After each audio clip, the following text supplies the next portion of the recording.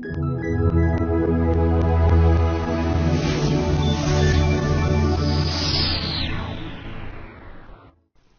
back. Well, building a retail location near a bunch of farms really makes no sense. You got no traffic, you know that. But putting up some clothes in a dirty barn downtown Chicago still won't really give you up any business. This is traffic, and we're talking about conversion. So once you spent the time and money in getting an audience, you really want to maximize the action that they're going to take online. And in our case with small businesses, it's necessarily to eventually make a purchase. Now in this video, I'm going to discuss the importance of converting online prospects to a desirable call to action. We're going to take a look at the different properties that we need to understand information about in order to convert. Website and conversions. A website, well, we know it's a collection of web pages, images, videos, and other digital assets that are hosted on one or more different web servers accessible by the internet. Collectively, websites make up the World Wide Web, a component of the internet. And at the time of writing this, the official definition of a website, of a corporate website, is that it's a website used to provide background information about a business, organization, or service. I disagree with that. I define a corporate website or a business website as a website used to engage interaction among companies, clients, customers and patients, prospects, future customers, and partners, agents, suppliers, and vendors. And the difference among the two definitions is the interaction. Web 2.0 is about interaction. And the good news here is that 99% of your competitors still have 1.0 sites, following from the definition of Wikipedia. With interaction, you can define goals of a company website and measure these goals. Interactive goals could be a website's ability to capture leads, get a prospect to join your mailing list, fill out a form, post on a forum, join your own social network, or simply pick up the phone. And I call these call to actions a CTA. Now, a traditional website, those digital brochure websites, they don't measure nor test the call to action on a website. And as we discuss, we discuss strategies such as social media marketing, search engine optimization, and measuring your efforts, all of your successes and failures. This is key to a successful campaign. And the goal here is to generate qualified leads and turn them into sales. Each step in the process is defined and measurable. So your client's website will be designed to maximize the CTA and make sure that visitors to the site will not leave with some sort of CTA. Well, driving traffic and conversion are two key stages in any initiative for online marketing, and each strategy to improve your bottom line using online marketing falls under these two umbrellas. This video is going to provide an overview of the components of conversion, and we're going to be covering the goals and objectives of conversion, the CTA or the call to action, measurement and analysis, and finally, testing. In marketing, a conversion occurs when a prospect takes the marketer's intended action. So the conversion on your website might be making an online purchase. But in the world of a small business, submitting a form to request additional information, opt into an email list, pick up the phone, or send the business an email is considered a conversion. The conversion rate is the percentage of visitors who take the conversion or intended action. Now, successful website managers and owners need to know and understand what conversion is and benchmark it against success. Bob Parson of GoDaddy says anything that's measured improves. Just like how it's important that your financial statements are looked at, the balance sheet, the income statement, the cash flow statement. Measuring and understanding these reports is critical to practically any business's success. The performance in your marketing dollars and your client's marketing budget is as important to measure and improve as those financial statements. Now, everything marketing, or all marketing initiatives online, should have a clear and defined goals and objectives. These are not milestones, and they typically get confused with milestones. For example, for most small businesses at the end of the day, the goal is to make a profit. It's not to make sales. It's not to grow employment. It's not to have the largest warehouse or the top floor of the Sears building. Most people go into business to make a profit and enjoy the freedoms of an entrepreneurial ship. And it takes two things to build a business. And it's ultimately those two things that we want more of after going into business. Time, and of course, the green. Now, you need one or the other, or both, in order to get more of both. Each specific marketing effort, or the collaborative marketing efforts, almost always have the ultimate goal of profitability. The milestones for a specific campaign, or the annual goals, might be measuring total sales, total leads, total appointments, or presentations. Each manager should know the metrics that more leads ultimately should lead to more sales, and more sales should lead to greater profitability. Well, throughout the process, it should be measured. For example, a company requires a specific margin. Will they cap the sales price at a minimum? If the company were to sell their product or service below a certain price, money will be lost. The sales will still be there, but the profit's negative. This simply is just poor business. Therefore, the sales price must be measured. Well, this is evident through all processes in most business. The ultimate goal is profit. However, metrics are measured through the process with milestones of each process. Each specific process can be tweaked, ultimately influencing the end result. A small increase in the sale price, keeping all factors the same, will result in higher profits. But it could risk lower sales volume. Business is a game, a balancing act of many moving parts trying to work together. Strong businesses flourish when the systems and processes are put into place. Well, the marketing efforts you put forth for your clients are no different. You need to demonstrate success so they can continue to pay you month after month. There are several metrics that we're going to discuss and what needs to be measured. However, the goal is the same, is to maximize the number of qualified leads. First, a quality lead needs to be defined. Every scenario is different, so I can't give you a clear definition of a quality lead. But a quality lead will have a maximum closing rate and fit perfectly into the ideal profile of a new customer. Let me explain. Plumber. They might service a 10-mile radius from their home.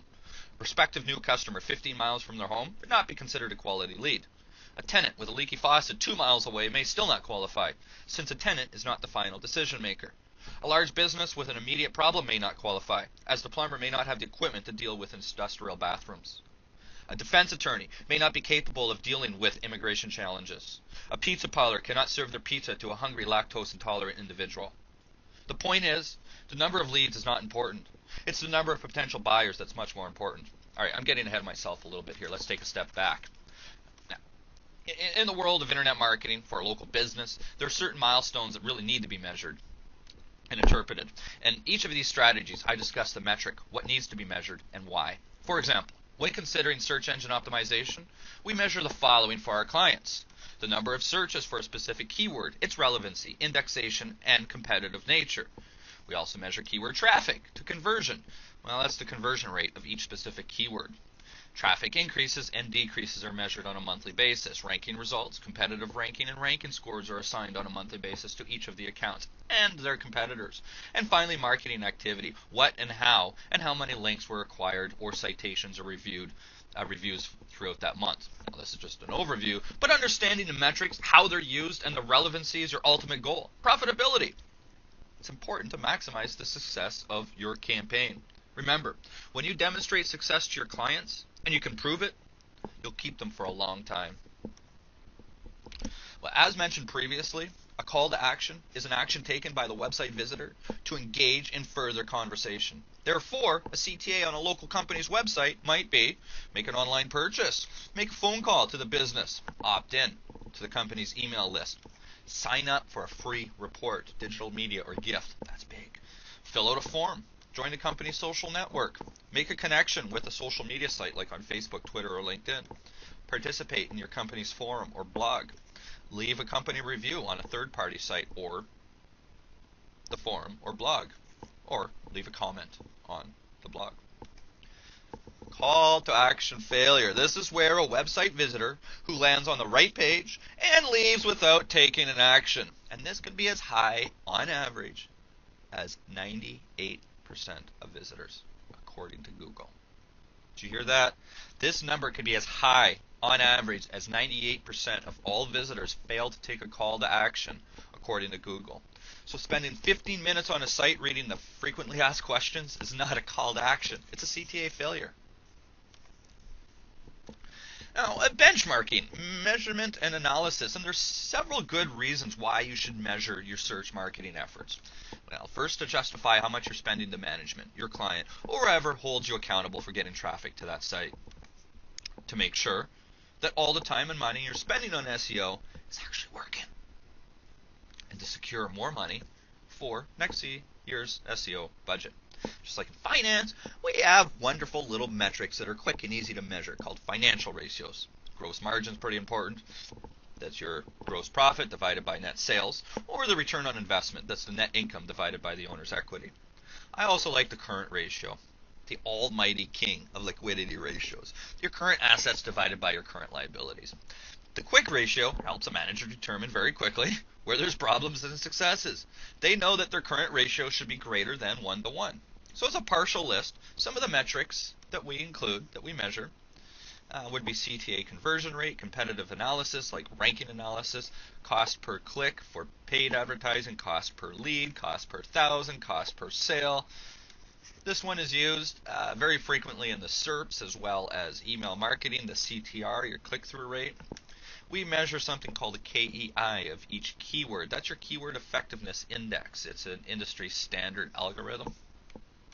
Links and their appropriate anchor text, page rank, or particular return on investment. Other things are citations and reviews and social reviews. It's all important to be able to measure. Now, we measure the top 30 positions in the search engines for position changes. Arguably, the first page of search engine results is the only page that really matters, since many searchers never click beyond this page. But it's important for reporting to track your client's site positioning beyond the top 10 so you can see for yourself and demonstrate that to your client that whatever site you're monitoring is gradually moving up in the SERPs. There are many automated tools to do this, but some search engines like Google frown on them. I'll discuss which tools are best, free, and paid to check rankings, when to use them, how to use them, so the search engines won't frown on you or ban your IP address. Now, it is safe to assume that the higher your site is listed in the search engines, the more traffic you're going to get, which is that coveted #1 position delivering the most clicks. Another simple way to measure the success of your SEO efforts is to keep track of what pages are showing up in the SERPs for a given keyword. Many sites start out with just ranking their homepage, and secondary pages, as they become optimized, they begin to achieve some PR backlinks. Then they start showing up. Pay attention to the actual URL that shows up in the SERP in a given site search and track it for future reference. The same tool used for checking rankings will be able to measure and monitor this activity. Now, rankings are nice, but traffic is better. Measuring actual traffic and sources is always a super hit with upper management and clients. If you're not already tracking your client's website, start.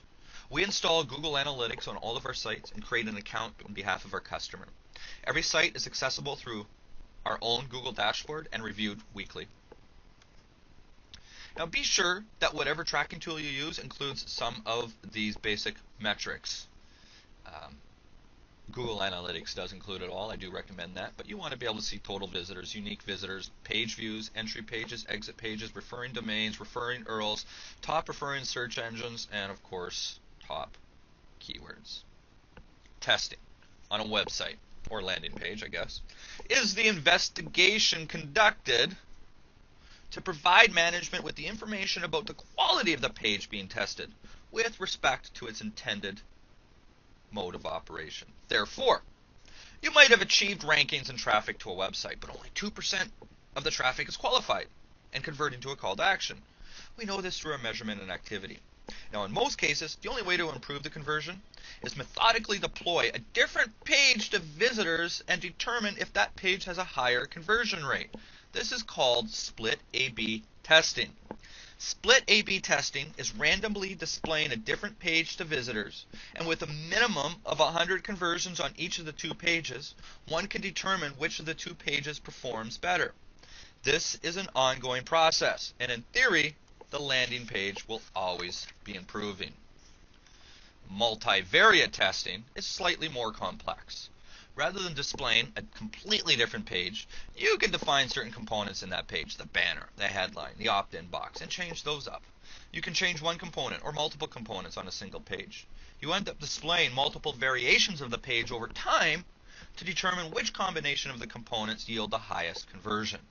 While testing can be very complex, and one can measure practically an infinite number of areas on a website, local businesses need to require much less testing, since we're only testing the conversion of the call to action, not purchases or a huge volume of traffic from dozens of different profiles. Therefore, we'll be covering areas that need to be tested, how to deploy our testing, and what tools are best used to make this process simple. That concludes this local marketing update from the Local Marketing Source Professional Development Program for local marketers. Visit localmarketingsource.com for additional resources focused on online marketing for local businesses.